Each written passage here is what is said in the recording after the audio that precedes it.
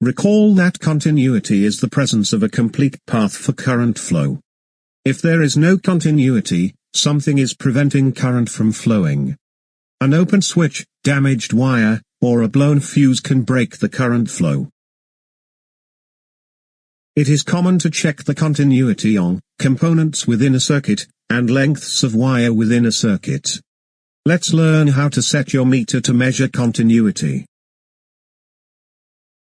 To measure continuity, you will need to connect your leads into the correct ports on your multimeter.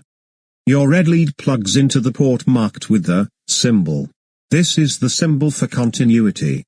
Your black lead plugs into the port marked with COM. Before taking any measurements, you need to set your multimeter dial to measure continuity.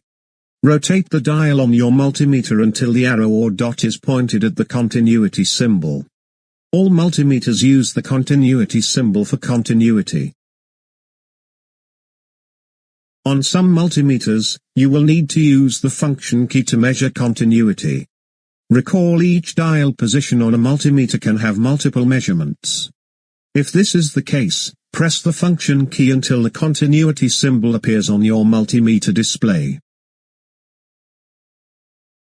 To measure continuity, the circuit must have no power running through it. Turn off the power to the circuit.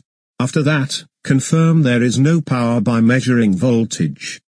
You must confirm there is no voltage since a capacitor can still supply power, even if the power is off. To measure continuity, the multimeter sends a small test voltage through the wire. The multimeter reads the value of the test voltage to determine if there is continuity. If the power is on, the multimeter cannot accurately read the test voltage.